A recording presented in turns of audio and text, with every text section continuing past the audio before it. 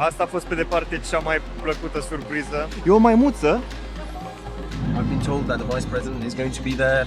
E foarte bine păzită aici, e practic casa guvernului.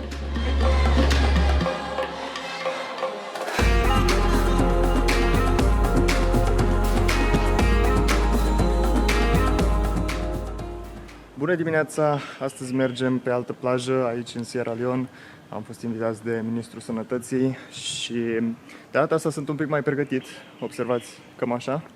Și mi-am luat și cremă solară la mine față de ieri. Am reușit să mă ard un pic de la soare. Am zis că n-am nevoie, pentru că era umbră când am plecat de la hotel, dar da, m-a luat un pic prin surprindere. Mi-am învățat lecția. I caught you in the act again. What do you have there? What do you have there? It's polo, you see. We're going to 2K Beach.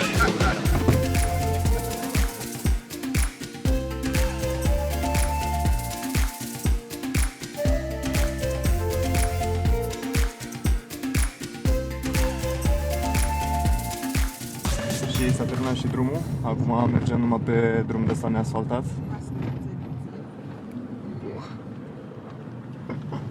Proper off-road.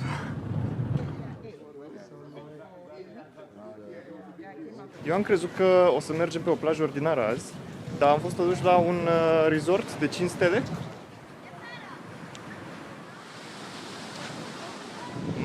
Mamă, ce mișto poate să fie aici. Foai, frate, deci nu mă așteptam. Uitați-vă și voi ce nisip alb, curat poate să fie. Oamenii mei deja se jucă. E o maimuță. Bro, hang on. Bro, ai o maimuță. What the fuck?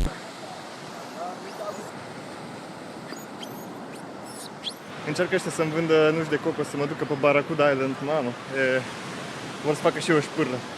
Zice omul ăsta să plece de aici.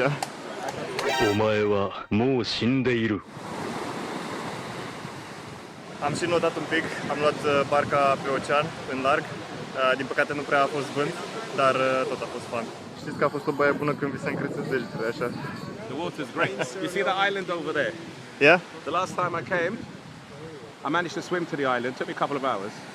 Wait, did you swim there? Yeah, I swam there. You swim there? The island. And when I swam back, No, yeah, I did. stop it. Really? Really? Do you have life jacket? I've got no. It's 2 kilometers, but it looks close, but it's not that close. It's very deceiving.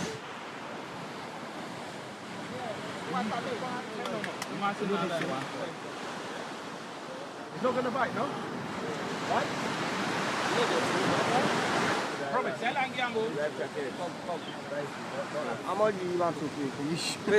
Da, nu sunt de acord cu așa ceva, probabil maimuțica aia nu e tratată cum trebuie, dar...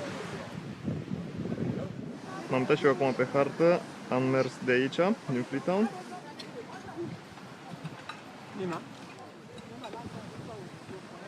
That's butter chicken. Bring everything. Cineva a adus starfruits.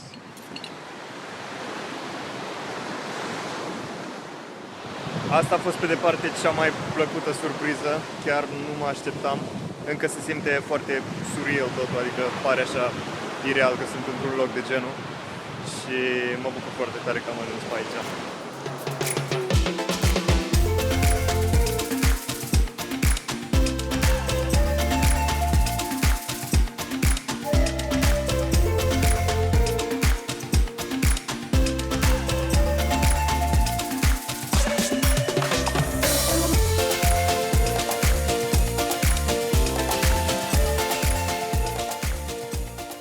După o scurtă pauză la hotel, am ieșit cu băieții până în oraș să luăm cartele SIM. Am căutat înainte pe internet ofertele, să vedem să nu ne luăm cumva o țeapă. 6 GB de net la AfriCell, costă pe undeva pe la 90 de leoni, asta înseamnă vreo 5 euro. It's not a bad deal. 100,000, yeah? Also. 100 yens, yeah, boss? Yeah, perfect. Want to know what the dental hygiene products cost Yeah. in different countries. And so often I try to get the prices and also That's very dentist of Nima.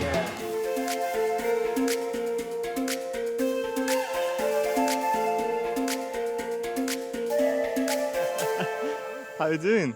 Enjoying the view? Yeah, you see, it's like surveillance. We have to always watch what we say because we never know who's listening. Exactly.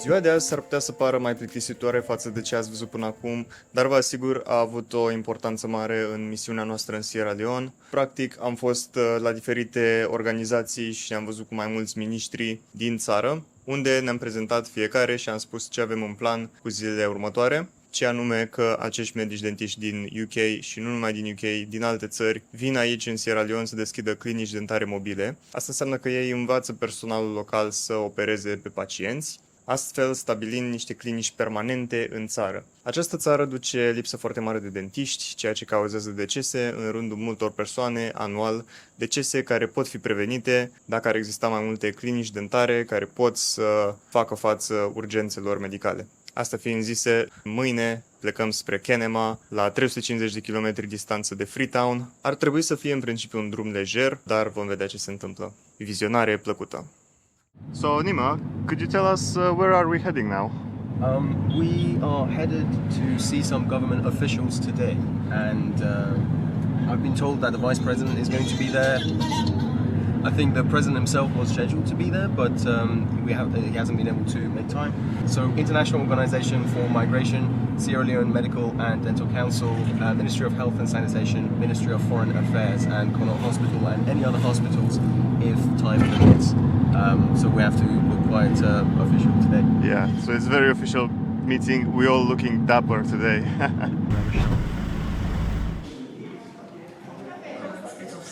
And hopefully we'll carry on opening up dental clinics first week of life. So with that, as you are all set to go. Here this morning to introduce to the Ministry of Foreign Affairs. Dr. Nadia's been opening. He went to my apartment. I identify myself.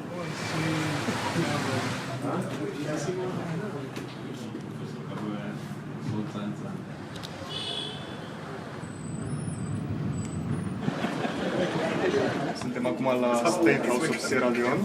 E foarte bine păzit aici, e practic casa guvernului. Și eu mor de cald în costumul ăsta, deci e foarte, foarte, foarte cald. The president on behalf of the country, of course, most have been welcomed by the Ministry of Health.